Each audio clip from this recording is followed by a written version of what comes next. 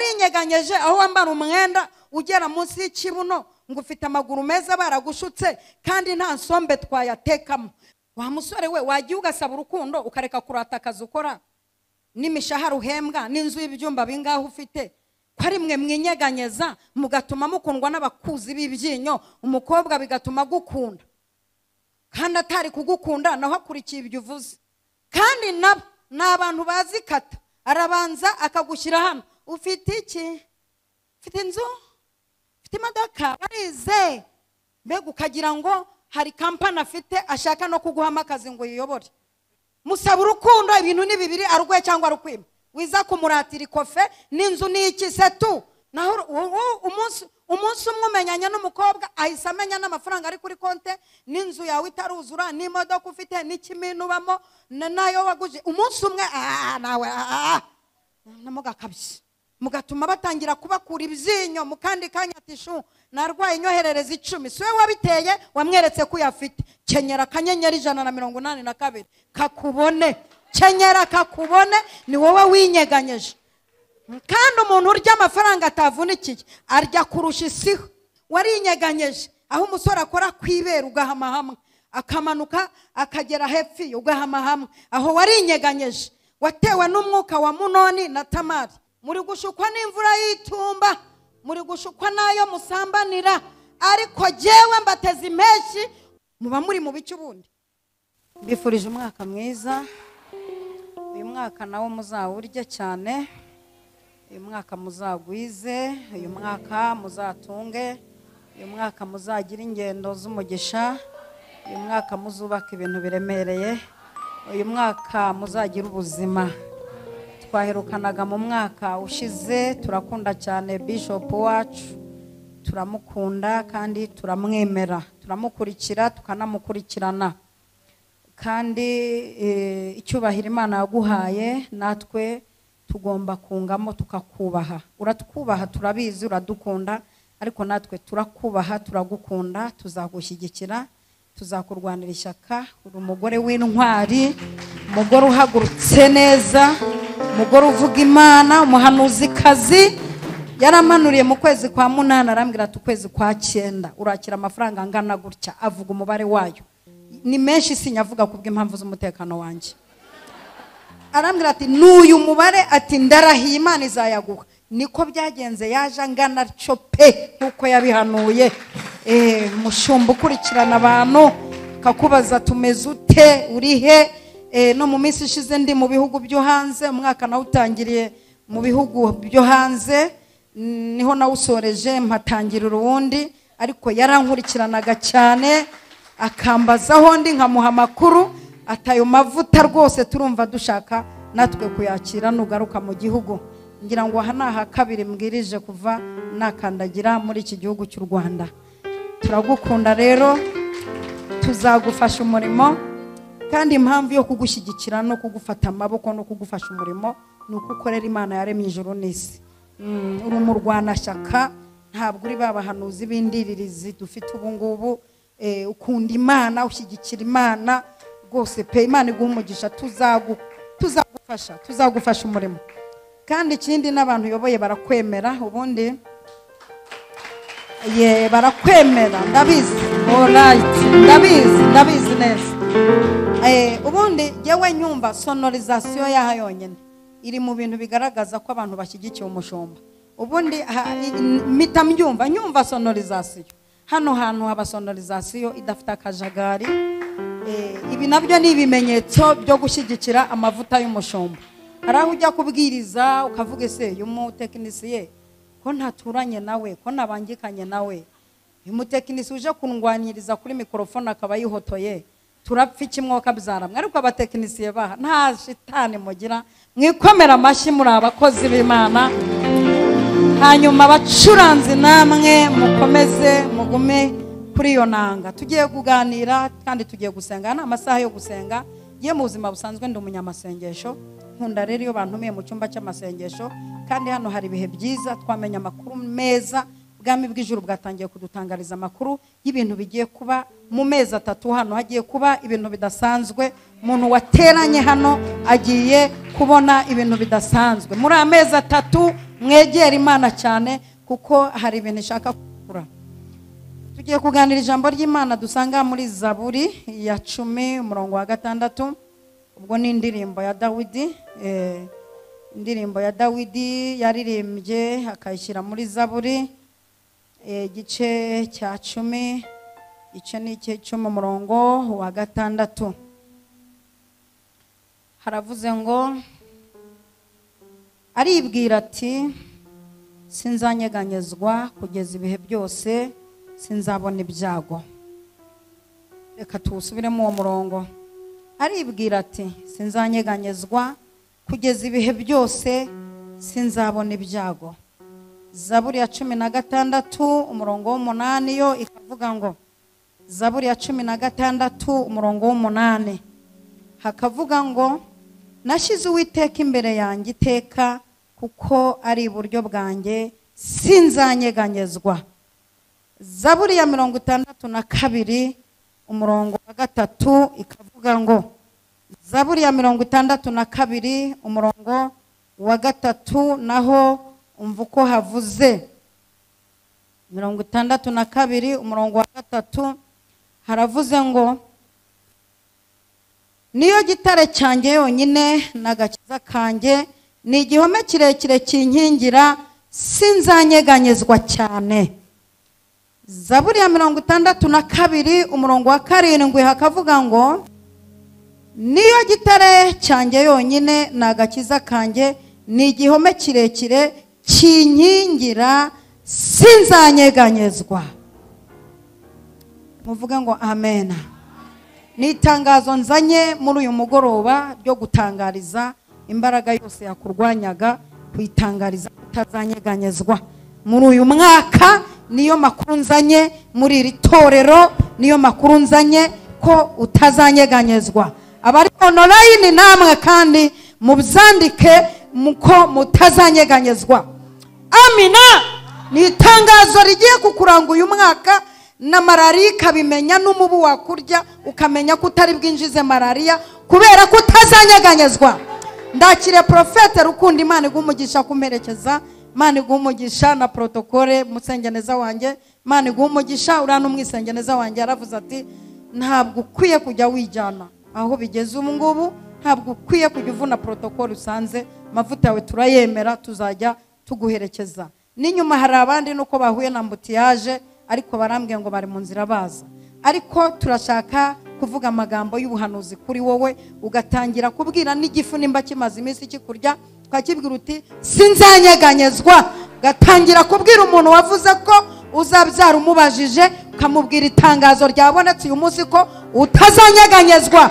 Ngiki kirango tugiye kugenderaho, ngiki kirango tugiye kugenderaho, ngiri bendera tugiye kuzamura, sinzanyeganyezwa. Kandi duhagaze na mu gihugu cy'u Rwanda, cy'igihugu cy'u Rwanda nacyo ntikizanyeganyezwa. Muvuga ngo haleluya.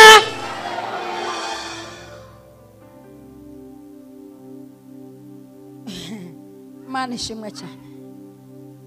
Ni ukuvuga ngo iri tangazo riragera no ku mwana wawe wiga hariya muri interna, rirahagera ko atazanyeganyezwa.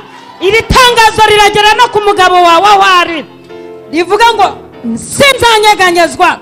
Iri tangazo riragera no kuwa mwashakanye, rivuga ngo sinzanyeganyezwa.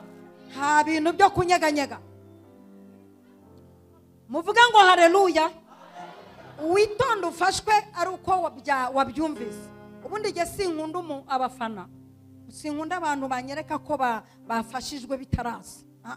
Nibibanze bize, nibibanze bize rwose, ubanze ubyumve, ntuze kugendera mu kigare.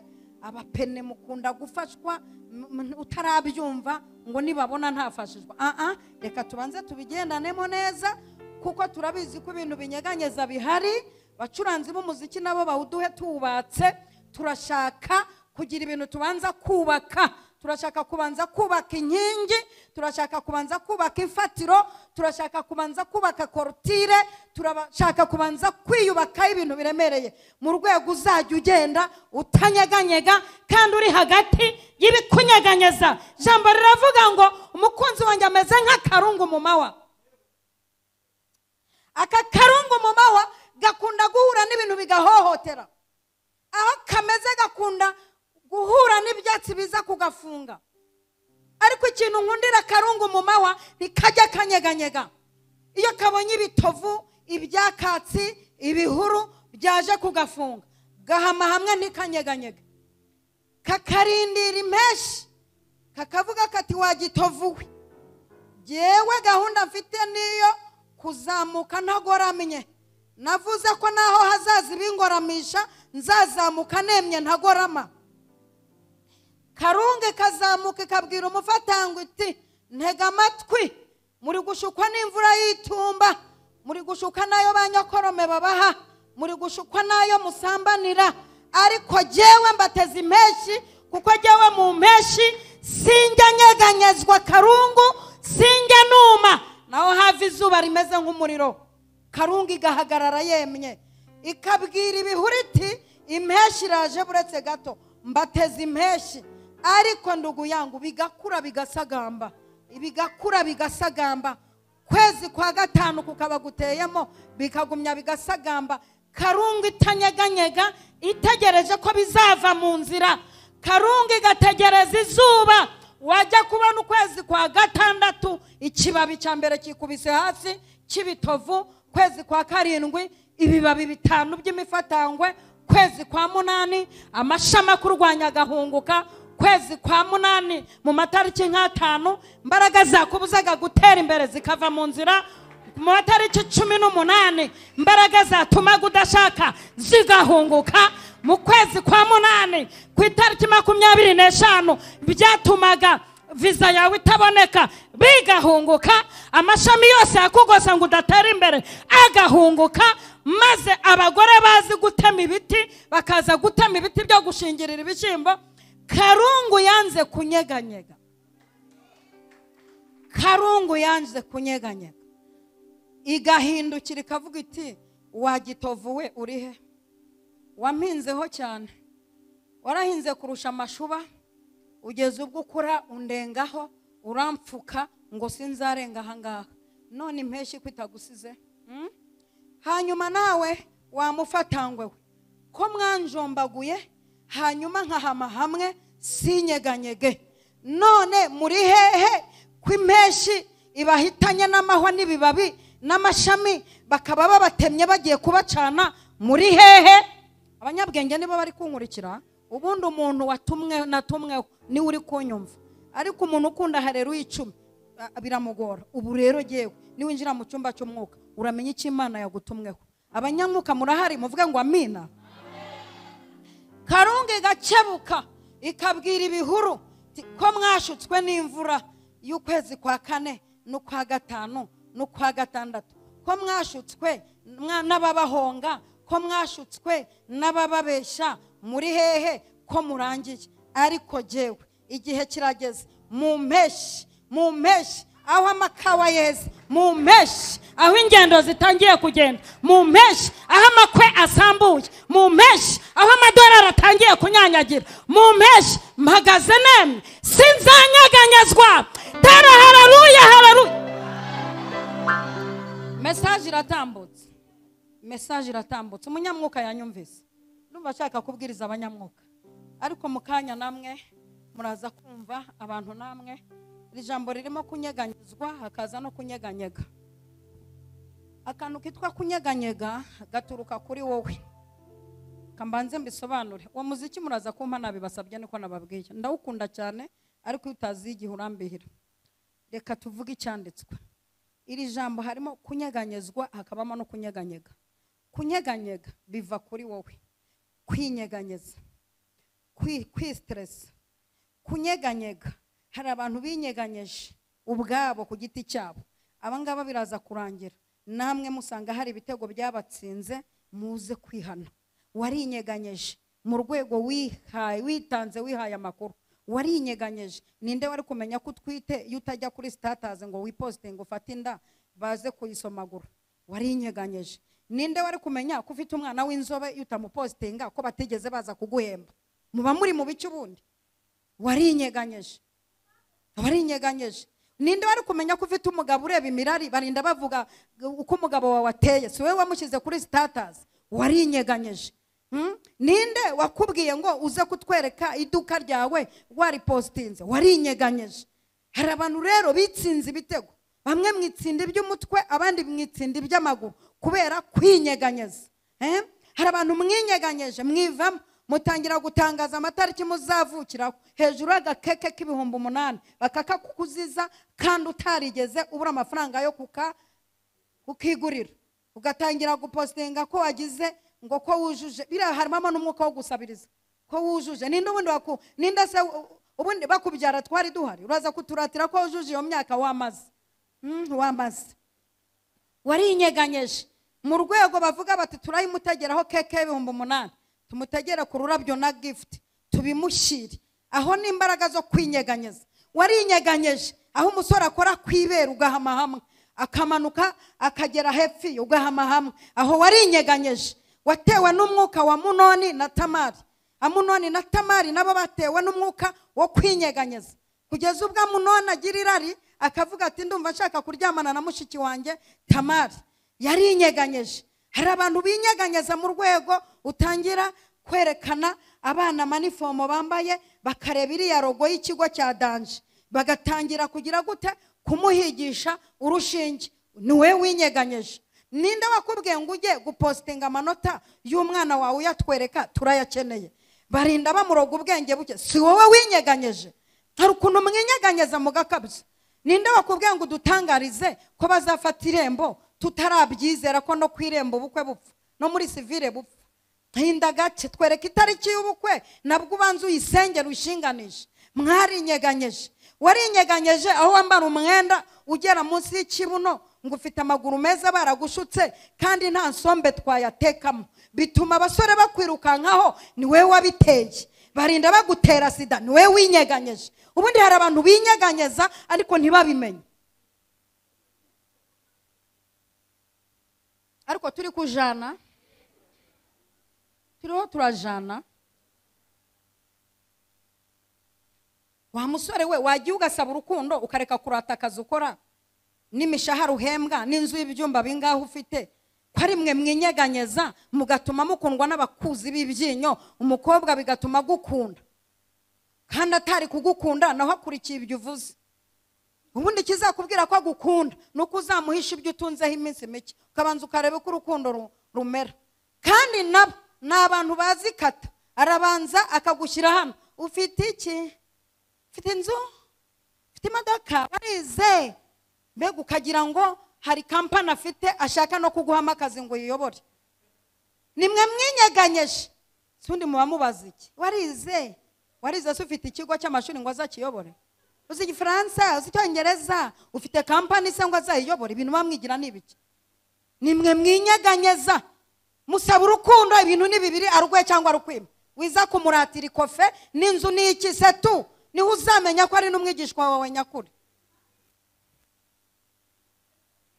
Naho umunsi umwenyanya n'umukobwa ahise amenya n'amafaranga ari kuri konte n'inzu yawe itaruzura n'imodoka ufite n'ikiminu bamo nayo waguje. Umunsi umwe nawe namugakabye rwose. Nimwe mwinyeganyeza mugatuma batangira kubakura ibyinyo mukandi kanya tishu narwaye inyoherereza 10. Siwe wabiteye wamweretse ko yafite. Kenyera kanyenyeri 182 kakubone.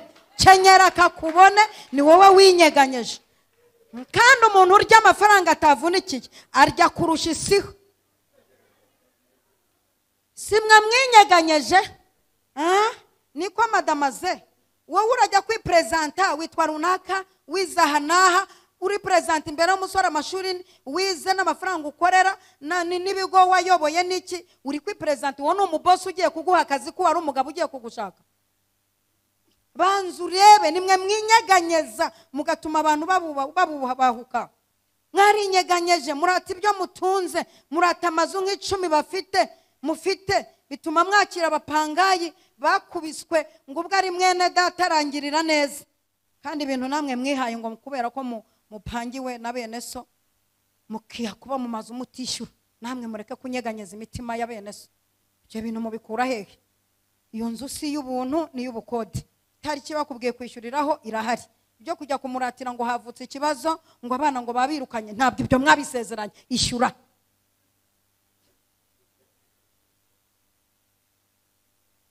Ndashaka kuvuga uburyo umuntu yinyeganyeza. Hari abantu bitanze mu maboko y'abantu mwinyeganyeje. Hari abinyeganyeza bakajya no gutanga amakuru yabo ku mbuga nkoranyambaga, bakajya kwinyeganyeza.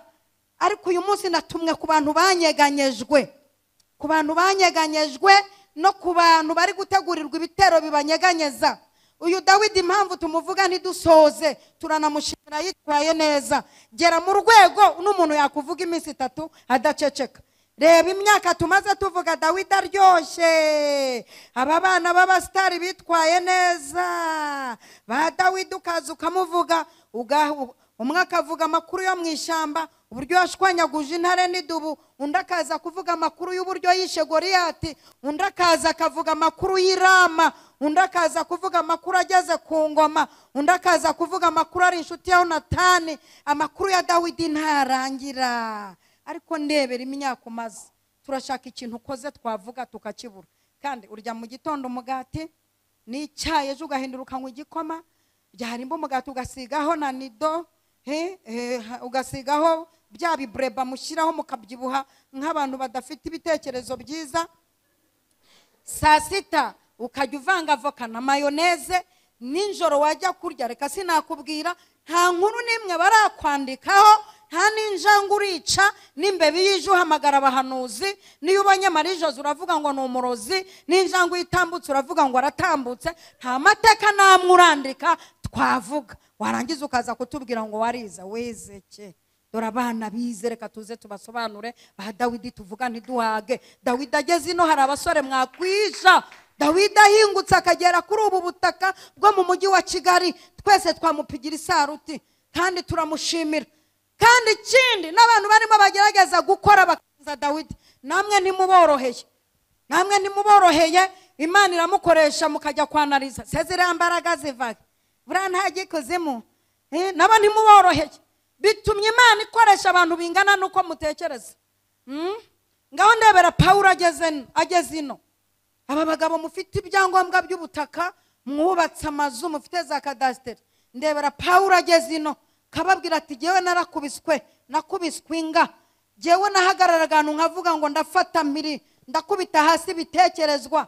Jewe Pawulo nageze ahantu inshira induma ku kikonjo, nirinda amagambo bari kuvuga, nambara kuteri z'umwuka mu matwi, ntangira kubara amakuru y'imerita, hanyuma nkumuri gikururuka ngita mu muriro. Sinanyeganyezwa n'insharwatsi, sinanyeganyezwa n'amagambo bavuga ngo ndapfa nyindutse, sinanyeganyezwa n'amagambo bavuga ngo igacurwa kiberira bakoraho. Pawulo aramutse ageze ino akavuga ati ko nakoreshaga imiswari nkababwira ngo simbonetse Nyabugogo mungireyo mukiza abarwayi, simbonetse Rwamagana mujyeyo, mujye ku murongo igicucu cyanjye kirakiza indwara. Ariko turarambikaho umuntu ibiganza yakira, mugatangira kutwanariza ngo dukoresha izindi mbaraga. Ibyo bintu mubikura, izo mbaraga ubundi nimba ziri kubakorera mwashimiye Imana, se murashaka kubona ko Satani akaze kurusha Imana? Ibintu mwibyo mubikura.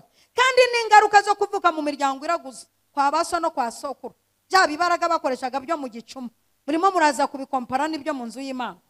Kandi noneho ahantu nabonye bubahuka n'abakozi b'Imana, mu rwego abantu bubahuka abakozi b'Imana, mu rwego mushaka no kubanyeganyeza, tukabura imbaraga zanyu ahubwo tukabona intege nke zanyu. Mubura avantage mudutera, muvuga muti byibuze umwana wawe yishyurirwa ngaho, usibye ko Imana abonye twabagwa n'imbere itwihera akantu. Iravuga iti abantu mbatumyeho narabibabwiye, mbatumye nk'intama hagati y'amasega. Ino niho nabonye banariza abakozi b'Imana kuva mu birenge kugeza mu mutwe, akavuga ati alhamdulillah agikuzimu. Se mwahuriyeyo, korerayo, fiteyo biro ni wo mwakira. Bintu nk'ibi muri kubikura hehe? Bintu nk'ibi byo kubahuka abakozi b'Imana mu rwego njya mbona hano muri commentaire nkabona mututse pasiteri runaka, mututse apotre runaka, mututse bishop runaka. Kandi reka nkubwire, ubundi umugezi ujya guhurura cyane urabanza ukisiba. Njye mbaburira dore ndakuze, dore ndi umuntu ukuze amaze iminsi aha hantu, nimba hariho abantu badakinishwa ni abakozi b'Imana. Ndashyiramo n'akantu kameze nk'iterabwoba ariko nsoma muri Bibiliya. Umunsi umwe abantu bubahutse Elisa baravuga ngo nguwo gahararaje. N'utwana tw'uduhungu twari duhaze za kambuca, ngo nguwo gahararaje. Maze amaduba araza arabarya barashira. Elisa akomeza umurimo uduhungu twapfuye. Burya nubona hari n'imbaraga zikurwanya ugahora mu nzara, ugahora mu bizazana, ugahora mu gatenge ka London, ugahora mu nzu y'icyumba wagira ngo uri umuceri, ugahora mu nzu ingana na boutique. Burya nuhora mu bibazo ucunga cyane kutanamenyera abakozi b'Imana. Mu bintu bitera umwako no kumenyera abakozi b'Imana birimo. Nubona umuntu akurushije ikintu cyitwa ijambo cyangwa indirimbo, mwubahira ayo mavuta. Bakozi b'Imana kera barubahwaga, mwana bashyigikira Imana ikabashyigikira. Ariko tugeze mu rwego mushaka no kudukura ibyinyo no kudutegera mu mihanda, tugeze mu rwego munatugambanira, tugeze mu rwego munatukorogera amarozi ngo dupfe. Ariko ntituzapfa. Dawidi yavuze ngo sinzanyeganyezwa. Tera haleluya. Ndashaka kwinjira mu binyeganyeza rero, mukareba uburyo bigiye gufata aho tuvuye. Mu yandi magambo bigafata squatter. Haleluya. Ukajya ubigendera we, waca n'imbere y'umurozi ukamubwira uti sinzanyeganyezwa. Ndiyo ayaya sinzanyeganyezwa. Waca n'imbere y'umuntu wavuze ko utazava ku ishyiga ry'iwanyu. Ubu se nk'umuntu wavuze ngo sinzashaka, ngo umugabo arankoye, ngo ntazanjyana, ngo ntidukwiranye, ngo ntituberanye. Hako muzi no kuvuga kweli. Ntidukwiranye. Urabona inzobe mfite ukuntu ingana, aho tudakwiranye ni hehe? Ngo ntemuberanye, ngo ntiyakujyana, ngo urabona, ngo urareba. Urabona iki? Urabona iki ko yanjyanye? Mwaravuze ngo ntidukwiranye. Ko yanjyanye ntitubyaranye gatatu. Ko mwavugaga ngo ntazanjyana, ngo urabona, ngo urareba, ngo dukurikije ngo ukuntu hinga. Nyine narahingaga, nahingiye n'amafaranga kuko genzi kwiyaminiye, genzi gushakisha amafaranga. Ntabwo nasonza we, no mwisuka narayashatse. Urumva ubuze cyatukinga ngo mpingira amafaranga. Wingira amafaranga se byose ubutwari ndensibwa bitabyana. Ngo urabona, ngo yirirwa ngo ahingira amafaranga, ngo yirirwa mu Misiri, ngo imyate yaramurenze. None se ubundi nahinga sindwara imyate, ariko yandenze ndi gushaka ubuzima. Urumva neza? Ngo ntazanjyana, ngo ntidukwiranye, ngo ntituberanye. Nawe aritonda arankwa. Imyaka 11 irashira mutegereje, ariko Uwiteka arimo nkuramo umudamu mwiza usa gutya umeze nka zahabu. So bundi niko yanyise ngo ndakazahabu.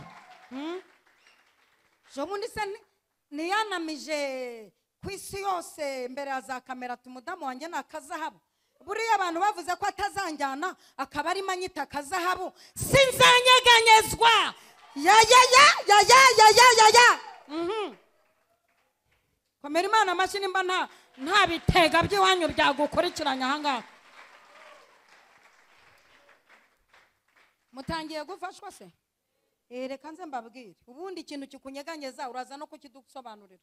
Ufite Bibiliya mu rugo, urumva ufite bishop w'umunyamwuka, ufite irangamuntu y'igihugu, inkotanyi zihagaze ku muryango, ubu zifite n'amavuta yo kubifatira mu kirere. Ubwoba mufite n'ubwiki. Sinzanyeganyezwa. Iki gihugu cy'u Rwanda kirakaze. Igihugu gifite inkotanyi kikagira abanyamasengesho. Nimba ari igihugu gifite abanyamasengesho bahangana n'imbaraga z'abazimu, urumva twikocinga tukavuga tuti Bibiliya yavuze ngo iki, ngo niyo baba batanu bakatakira igihugu, nzumva ndi mu ijuru mbakiriza igihugu. Batanu turahari.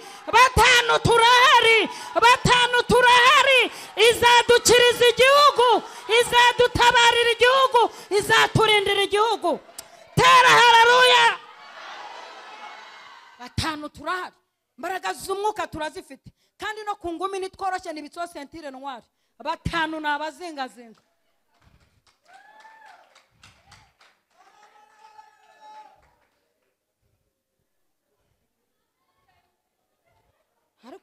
Ariko wibwira ko igihugu kimfite ntabwo kiri mu gihombo. igihugu gifite nyirabagenzi arise ntabwo akiri mu gihombo. Sinzapfira igihugu ubusa, sinzapfira n'Imana ubusa, sinzapfira n'itorero ubusa, sinzapfira na n'iryo Mugabe Jean Paul ubusa. Ntabwo nzapfa ubusa nk'uruhu rw'imbwa. Urumva neza? Turi ku murongo uvuga ngo sinzanyeganyezwa. Niryo darapo dushaka kuzamura. Umurozi wakugendaga akaribona akamenya ko utazanyeganyezwa. Haleluya! Mbaraga zakugendagaho zikamenya ko itangazo ryamanutse sinzanyeganyezwa.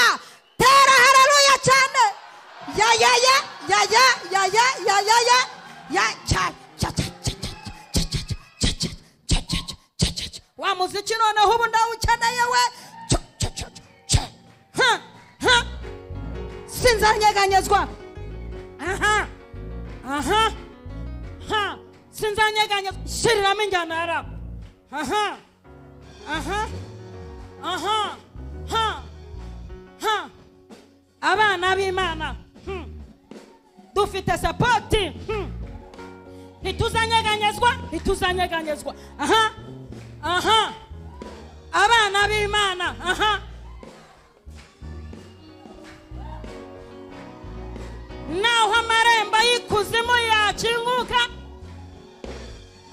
naho inzuzi zatamba zigatamba zigatamba, ntabwo tuzanyeganyezwa, tuzanyeganyezwa, ntituzanyeganyezwa, ntituzanyeganyezwa.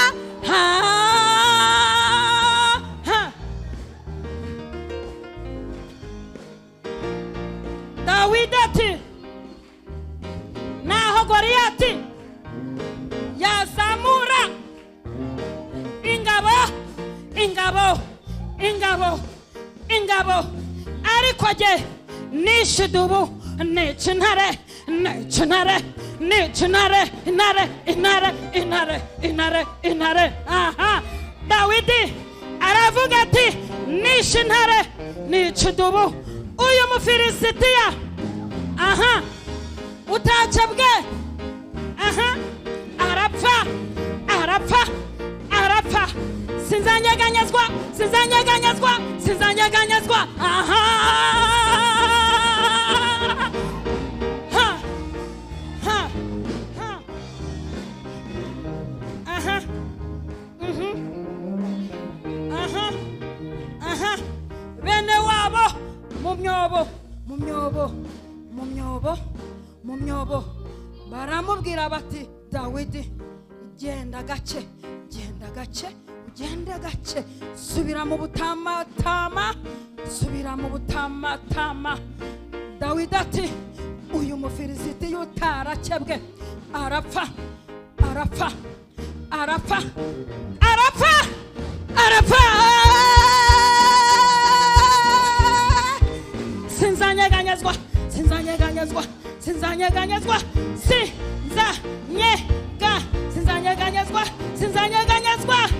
Aha aha aha Abamidiyani Abamidiyani Abamidiyani Abamidiyani Abamidiyani bari mu rugerero. Uwiteka abwira Gideyoni ati Gideyoni haguruka haguruka ujye mu rugerero, ujye mu rugerero. Mwumva ibyo bavuga, urahera ko usubiremo imbaraga imbaraga. Niwumva ibyo bavuga ntuzanyeganyezwa, ntuzanyeganyezwa, ntuzanyeganyezwa, ntuzanyeganyezwa, ntuzanyeganyezwa. Ya ya ya ya ya ya ya ya ya.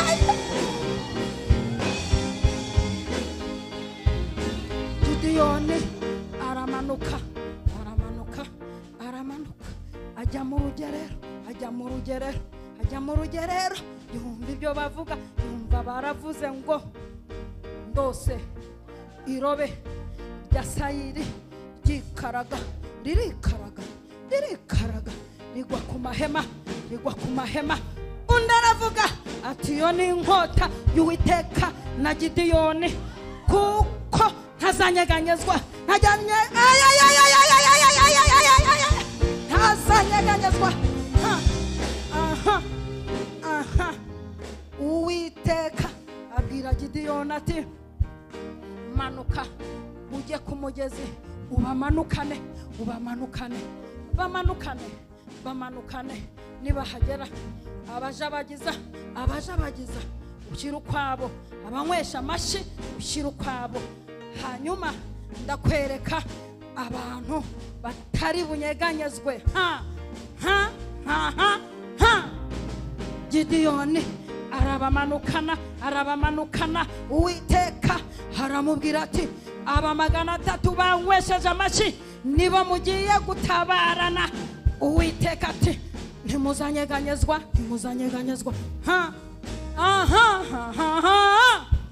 Maze Uwiteka abwira Gideyoni na 300, arababwira ati mumanukane muri n'ibibindi, urusaku mu kanwa, inkota y'Uwiteka na Gideyoni, muzunguzi muri, uzabanesha.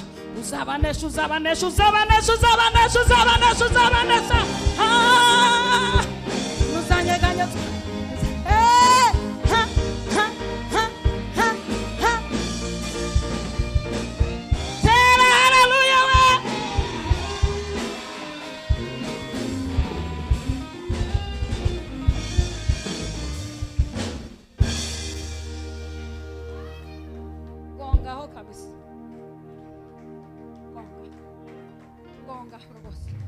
Mbonye abahungu tuzajya tujyanaza. Gongaho kira gongaho. Mbonye abahungu tuzajya twurirana indege rwose.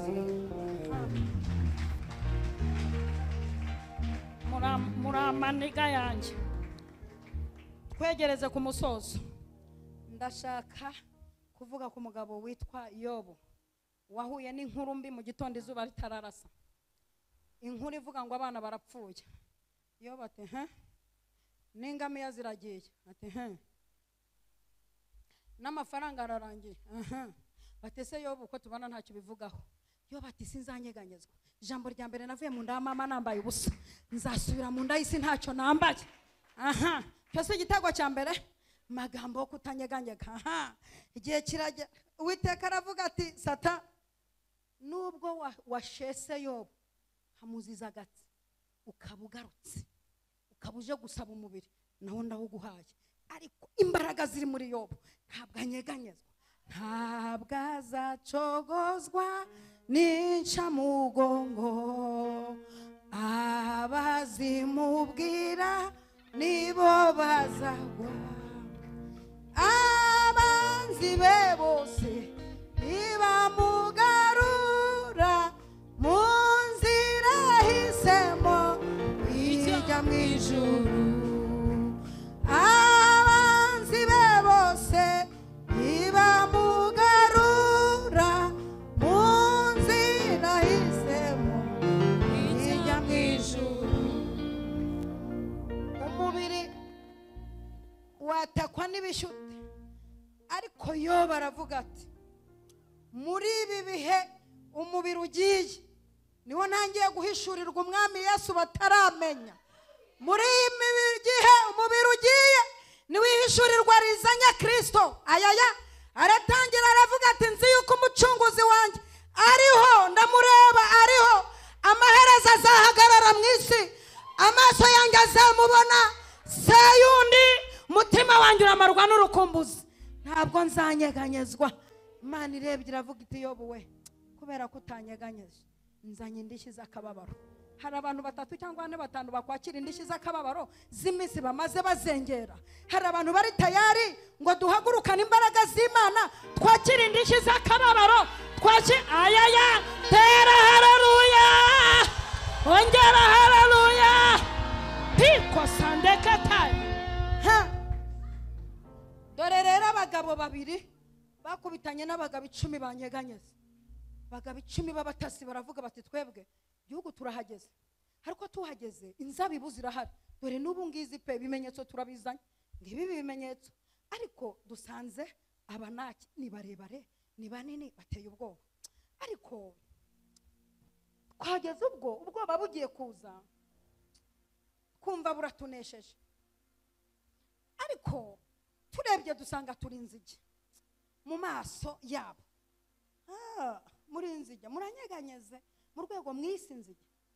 Mwigereranije na Naomi wanyeganyeze akiyitamara ushaririwe. yarafite akazina keza nawe, maze ngo suwa na Karebu bahatunguke.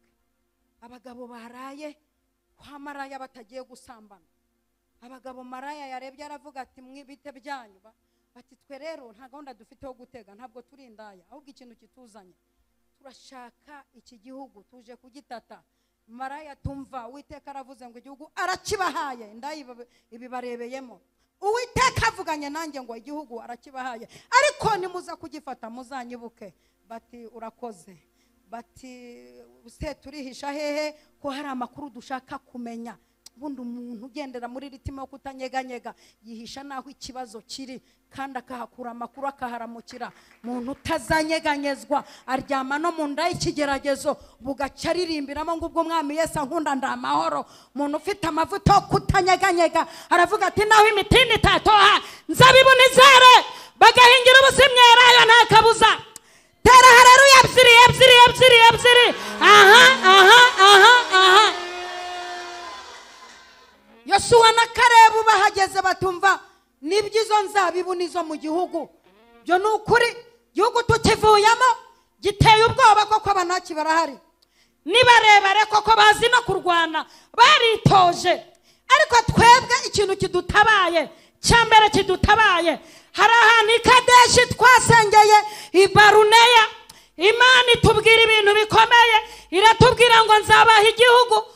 Twibutse icyo Uwiteka tuvuze turi Kadeshi Baruneya.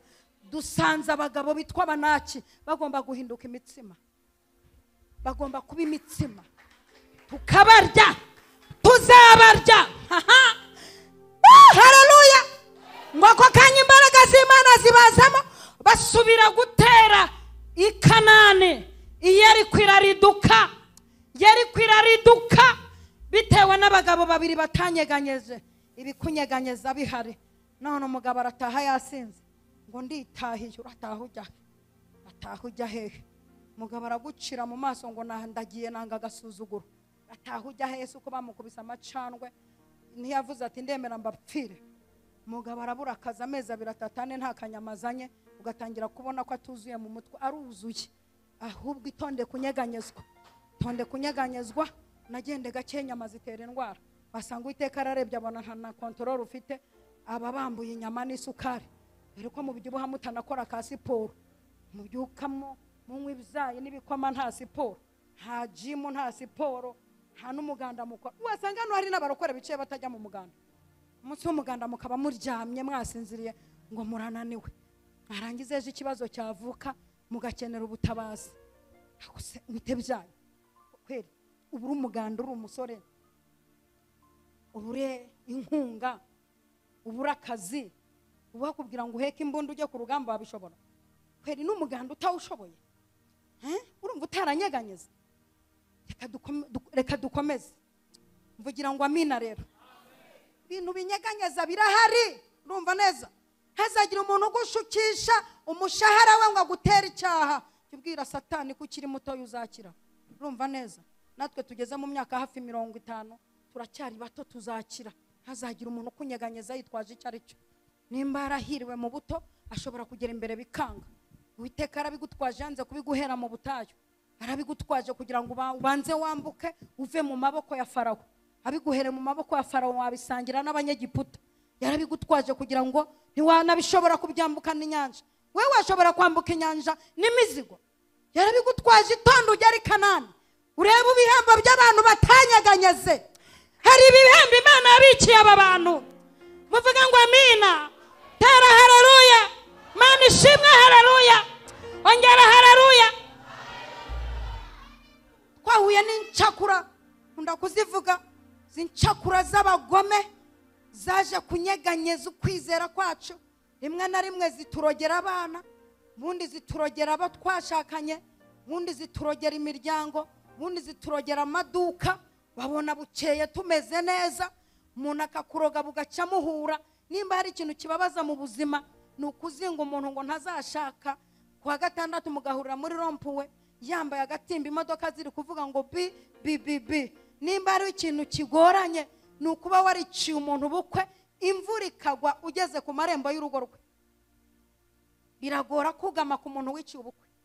Nimba hari ikintu kigora biragora kujya gusaba akazi kayobowe n'umuntu w'isimbwa ugasanga niwe uyoboye iyo kampani kandi waramwisimbwa waravuze ngo ntacyo azageraho kandi Imana igiye guhinduranya ibirere umuntu wakuvuzeho ikintu birahindutse vuga ngo birahindutse birahindutse ayaya ndakumvise Mana birahindutse uwavuze kuzaba imbwa birahindutse ibintu birahindutse uwavuze kutazabyara birahindutse ayaya ya uwavuze kutazagenda birahindutse tera haleluya ebyiri